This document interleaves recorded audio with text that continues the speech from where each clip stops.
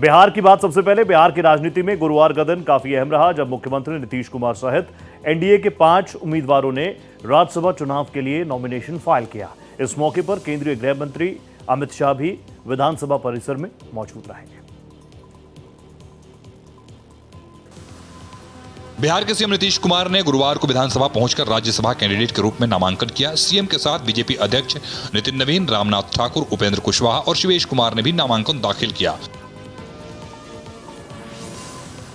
इस दौरान केंद्रीय गृह मंत्री अमित शाह भी मौजूद रहे। नामांकन के बाद अमित शाह ने कहा, उनका यह कार्यकाल बिहार के इतिहास में स्वर्णिम पृष्ठ में लिखा जाएगा और बिहार के विकास के सारे मायने को उन्होंने गति देने का काम किया।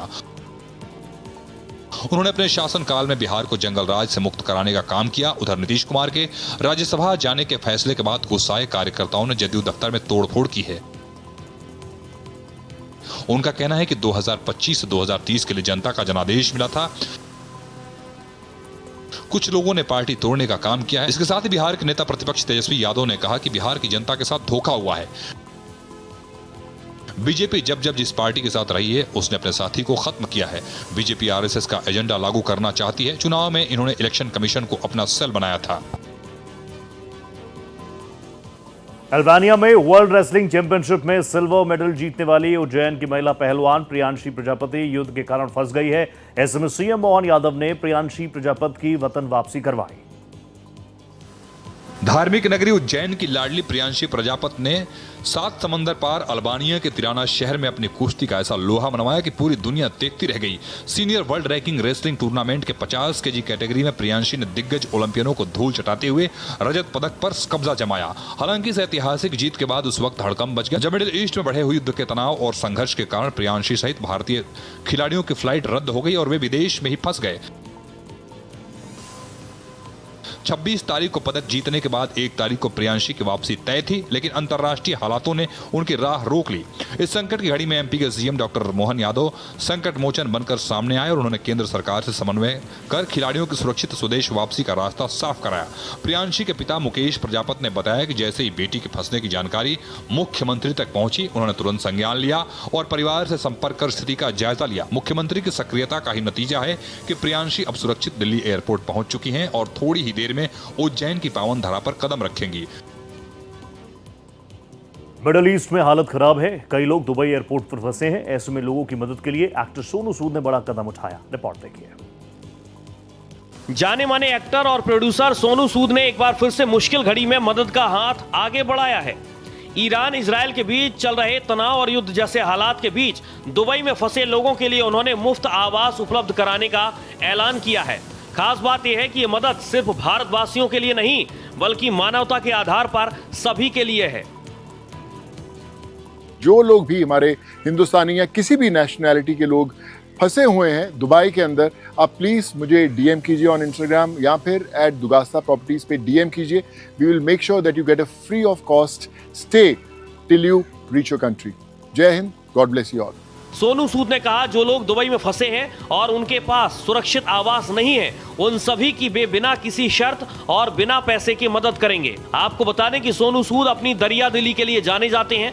वहीं एक बार फिर से उन्होंने नेटिजन्स को प्रभावित किया है। लोग सोनू सूद के इस कदम की जमकर तारीफ करते नहीं थक रहे हैं। Bureau report, Bharat express. UP के सीएम योगी आदित्यनाथ ने ग्रेटर नोएडा वेस्ट में केडीएसजी सुपर स्पेशलिटी अस्पताल का शुभारंभ किया। इस दौरान सीएम योगी के साथ कई बड़ी हस्तियां मौजूद रही। मुख्यमंत्री योगी आदित्यनाथ ने गुरुवार को केडीएसजी सुपर स्पेशलिटी अस्पताल का उद्घाटन किया। उद्घाटन समारोह के दौरान मुख्यमंत्री ने विधि विधान से हवन में शिरकत की। इस मौके पर पूर्व क्रिकेटर कपिल देव, सांसद डॉक्टर महेश शर्मा सहित करीब 1000 लोग मौजूद रहे। ग्रेटर नोएडा के वैदपुरा गांव के पास सेक्टर 10 में बनकर तैयार हुए केडीएसजी सुपर स्पेशलिटी हॉस्पिटल में 300 से अधिक बेड्स की सुविधा है, जिसकी लागत लगभग 200 करोड़ रुपए है। इस उद्घाटन कार्यक्रम के दौरान सीएम योगी ने जनता को संबोधित किया।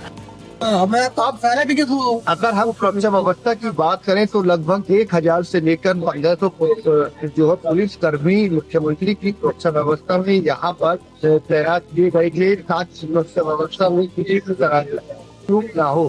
ग्रेटर नोएडा से समीर आलम, भारत एक्सप्रेस। बता दें 300 बेड वाला यह अस्पताल सेक्टर 10 में स्थित है, जिसकी लागत करीब 200 करोड़ रुपए है और उसमें क्रिकेट लेजेंड कपिल देव की पार्टनरशिप है। अस्पताल में कार्डियोलॉजी, ऑन्कोलॉजी, न्यूरोलॉजी जैसी अत्याधुनिक सुविधाएं उपलब्ध हैं। Bureau report, Bharat express. AI summit में शर्टलेस प्रदर्शन के मामले में फंसे भूदेव शर्मा और दिव्यांश गिरधर को पटियाला हाउस कोर्ट से फिलहाल राहत नहीं मिली है। कोर्ट ने उन्हें 6 मार्च तक न्यायिक हिरासत में भेज दिया है। एआई समिट में कांग्रेस के शर्टलेस प्रदर्शन के मामले में गिरफ्तार भूदेव शर्मा और दिव्यांश गिरधर को न्यायिक हिरासत में भेज दिया गया है। पटियाला हाउस कोर्ट ने 6 मार्च तक के लिए दोनों को न्यायिक हिरासत में भेज दिया है। दोनों को 2 दिन की रिमांड की अवधि खत्म होने के बाद पटियाला हाउस कोर्ट के ड्यूटी मजिस्ट्रेट के सामने पेश किया गया था, जिसके बाद कोर्ट ने उन्हें न्यायिक हिरासत में भेज दिया है। इसके साथ ही कोर्ट ने दायर जमानत याचिका पर दिल्ली पुलिस को नोटिस जारी कर जवाब भी मांगा है। कोर्ट दायर जमानत याचिका पर 6 मार्च को सुनवाई करेगा। बता दें कि इससे पहले कोर्ट ने भूदेव शर्मा और दिव्यांश गिरधर की पेशी के दौरान दिल्ली पुलिस की क्राइम ब्रांच की ओर से पेश वकील ने कोर्ट को बताया कि जांच अभी शुरुआती स्टेज में है और सबूतों की रिकवरी के साथ साथ सह आरोपियों को पकड़ा जाना जरूरी है।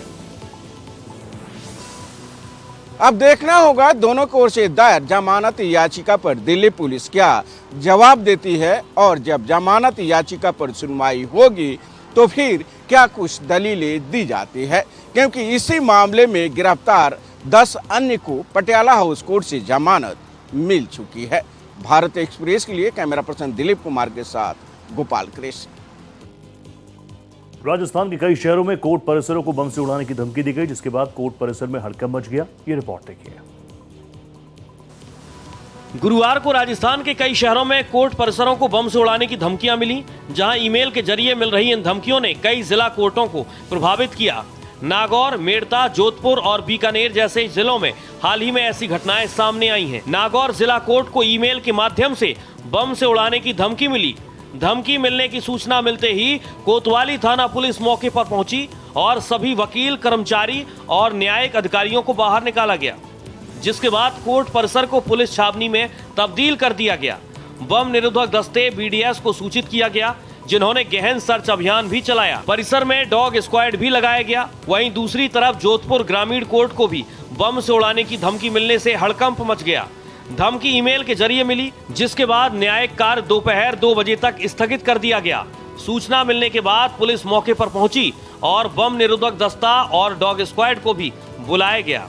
Bureau report, Bharat express. Supaul जिले में प्रशासनिक व्यवस्था को दुरुस्त करने के लिए जिलाधिकारी सावन कुमार एक्शन मोड में नजर आ रहे हैं। गुरुवार को उन्होंने छातापुर कार्यालय और मनरेगा कार्यालय का निरीक्षण किया। सुपौल डीएम सावन कुमार ने गुरुवार को छातापुर के कार्यालयों का निरीक्षण किया। डीएम सावन कुमार के छातापुर पहुंचने पर विभागीय कर्मियों में हड़कंप मच गया। आपको बता दें कि जिलाधिकारी सावन कुमार ने मनरेगा के कार्यालय का औचक निरीक्षण किया। अपने आधे घंटे के निरीक्षण में उन्होंने कार्यालय में भारी अव्यवस्थाएं पाई। बीडीओ, मनरेगा पीओ कार्यालय में अनुपस्थित पाए गए।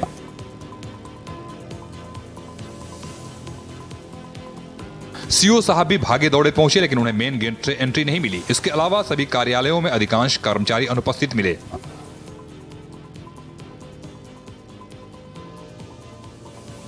और बीडीओ, सीओ, मनरेगा पीओ की छत्र छाया ऐसी कि संविदा कर्मी भी ड्यूटी से नाराज मिले। डीएम तब हैरान रह गए जब उनके आने के बाद सफाई कर्मी ने झाड़ू पकड़ी। बार बार बीडीओ को खोज रहे डीएम के पूछने से ऐसा लग रहा था बीडीओ डॉक्टर राकेश गुप्ता बिना अवकाश के गायब हैं। कार्यालय का ये माहौल देखकर डीएम व्यवस्था से नाराज दिखे और मौके पर ही कहा कि अनुपस्थित कर्मियों की वेतन से कटौती की जाएगी और इसके साथ ही संविदा कर्मियों को सेवा से बर्खास्त किया जाएगा। खबर राजस्थान के राजल देसर से है, जहां पुलिस ने एक मर्डर मिस्ट्री को सुलझाते हुए आरोपी को कड़ी मुश्किलों के बाद धर दबोचा। राजल देसर के गांव हरासर निवासी एक महिला की हत्या के मामले में पुलिस को बड़ी सफलता हाथ लगी है। पुलिस ने लंबे समय से फरार चल रहे आरोपी हंसराज मेघवाल को गिरफ्तार कर लिया है। पुलिस के अनुसार आरोपी ने महिला की हत्या कर उसके शव को प्लास्टिक के कट्टों में पत्थरों से बांधकर पानी के कुंड में फेंक दिया था। थाना अधिकारी सुरेंद्र कुमार ने बताया कि हरासर निवासी गौतम ने रिपोर्ट दर्ज कराई थी कि उसकी माता बिरजू देवी का परसनेऊ निवासी हंसराज मेघवाल के साथ प्रेम संबंध था। इस संबंध को लेकर परिवार ने कई बार हंसराज को समझाने का प्रयास किया, लेकिन वो नहीं माना। बिरजू देवी को भगाकर ले जाने की धमकी देता रहा। गौतम के अनुसार 7 नवंबर को बिरजू देवी घर से ठिगारिया और बिदासर जाने की बात कहकर निकली थी, लेकिन वापस घर नहीं लौटी। इसके बाद 11 नवंबर 2025 को थाना बिदासर में गुमशुदगी की रिपोर्ट दर्ज कराई गई थी, लेकिन उसका कोई सुराग नहीं मिला। इसी दौरान 4 दिसंबर को नेशनल हाईवे के पास एक पानी के कुंड में प्लास्टिक के कट्टे में पत्थरों के साथ एक महिला का शव मिला। सूचना पर पहुंचे परिजनों ने शव की पहचान बिरजू देवी के रूप में की, लेकिन पुलिस ने आरोपी हंसराज मेघवाल को गिरफ्तार कर लिया। पुलिस ने 3 मार्च को आरोपी को न्यायालय में पेश कर रिमांड पर भेज दिया है और आगे की जांच कर रही है। नातांश पटेल, भारत एक्सप्रेस। इंदौर में एक युवक ने 5वीं मंजिल से कूदकर आत्महत्या कर ली। बताया जा रहा है कि युवक को पुलिस ने थप्पड़ मारा था, जिसके बाद से युवक ने परेशान होकर खुदकुशी की। इंदौर के चंदन नगर थाना क्षेत्र में एक युवक ने 5वीं मंजिल से कूदकर आत्महत्या कर ली। बताया जा रहा है कि गर्मी लगने के कारण मृतक राज रात में अपनी मल्टी के नीचे टहल रहा था।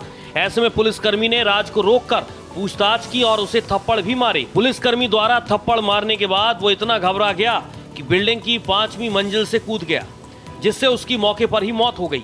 घटना के बाद परिजनों ने पुलिस पर गंभीर आरोप लगाए हैं। परिवार वालों का कहना है कि पुलिस वालों के कारण उनके बेटे ने एक कदम उठाया। जो गार्ड है ताप्ती परिसर का, उसके सिक्योरिटी गार्ड, उसके द्वारा फोन किया गया बीट प्रभारी को, मनोज भदौरिया को, कि यहाँ पर एक लड़का न्यूसेंस कर रहा है। इस पर से तत्काल एफआरबी टीम की एफआरबी 42 मौके पर पहुंची और उसके द्वारा उस लड़के को समझाया गया, माता जी को भी समझाया गया। तो माता जी के द्वारा बताया गया था उसकी कि बच्चे का अभी मानसिक रूप से बीमार है, उसका डॉक्टर अश्विनी जैन के यहाँ इलाज चल रहा है पिछले 2 सालों से। फिलहाल मामले को लेकर पुलिस ने जांच शुरू कर दी है। पुलिस का कहना है कि सभी पहलुओं को ध्यान में रखते हुए कार्रवाई की जाएगी। Bureau report, Bharat express. Schedule में अवैध रेत खनन के खिलाफ पुलिस ने कार्रवाई को अंजाम दिया, लेकिन इस कार्रवाई के बाद एक ट्रक ड्राइवर की मौत हो गई, जिससे बवाल हो गया। एमपी छत्तीसगढ़ बॉर्डर पर रेत कार्रवाई अब बड़ा अंतर्राज्यीय विवाद बन गया है। वरना नदी में रेत अवैध खनन की रोकने पहुंची शहडोल पुलिस की कार्रवाई के बाद हादसा हो गया। हादसे में ट्रैक्टर चालक की मौत हो गई, जिसके बाद छत्तीसगढ़ पुलिस ने एमपी पुलिस कर्मियों पर एक्सटॉर्शन का केस दर्ज कर लिया है। वहीं शहडोल पुलिस ने भी तत्काल कार्रवाई करते हुए चौकी प्रभारी को लाइन अटैच और 2 आरक्षकों को सस्पेंड कर दिया है।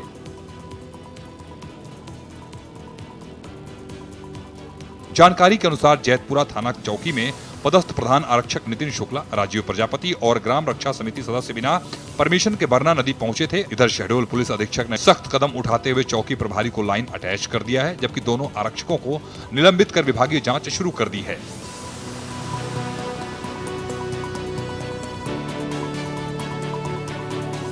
मामले को गंभीरता मानते हुए छत्तीसगढ़ पुलिस ने एमपी पुलिसकर्मियों के विरुद्ध एक्सटॉर्शन का केस दर्ज कर जांच शुरू कर दी है। इधर शहडोल पुलिस ने भी कार्रवाई करते हुए चौकी प्रभारी को लाइन अटैच और 2 आरक्षकों को सस्पेंड कर दिया है। खबर महाराष्ट्र के यवतमाल से, जहां एक खेत में कुएं में तेंदुआ जा गिरा। हालांकि वन विभाग ने तेंदुए का सफल रेस्क्यू किया। यवतमाल के चिकड़ी डोमगा शिवार में मंगलवार रात शिकार की तलाश में आया एक तेंदुआ अचानक खेत के कुएं में गिर गया, जिससे इलाके में हड़कंप मच गया। बुधवार 4 मार्च की सुबह करीब 3 घंटे की कड़ी मशक्कत के बाद वन विभाग की रेस्क्यू टीम ने तेंदुए को सुरक्षित बाहर निकाला। जानकारी के अनुसार बाड़गांव के चिकड़ी शिवार में बेबी रमेश राठौड़ के खेत के कुएं में मादा तेंदुआ गिरा हुआ पाया गया। सुबह जब परिवार के लोग खेत में काम करने के लिए पहुंचे, तब उन्हें ये दिखाई दिया। इसके बाद तुरंत वन विभाग को इसकी सूचना दी गई। घटना की जानकारी मिलते ही नेर के वन परिक्षेत्र अधिकारी सुभाष लंबे के मार्गदर्शन में रेस्क्यू टीम मौके पर पहुंची। रेस्क्यू ऑपरेशन में बाड़गांव के मिथुन राठौड़ ने भी सहयोग किया। कुएं में गिरे तेंदुए को बाहर निकालने के लिए जाल, रस्सी और विशेष पिंजरे का उपयोग किया गया। तेंदुआ आक्रामक न हो, इसके लिए पूरी सावधानी बरतते हुए बचाव कार्य किया गया। करीब 3 घंटे की मेहनत के बाद तेंदुए को सुरक्षित पिंजरे में कैद कर लिया गया। इस घटना से कुछ समय के लिए इलाके में दहशत का माहौल बन गया, लेकिन वन विभाग की तत्परता से बिना किसी जनहानि की स्थिति को नियंत्रित कर लिया गया। सचिन चिटे, यवतमाल, भारत एक्सप्रेस।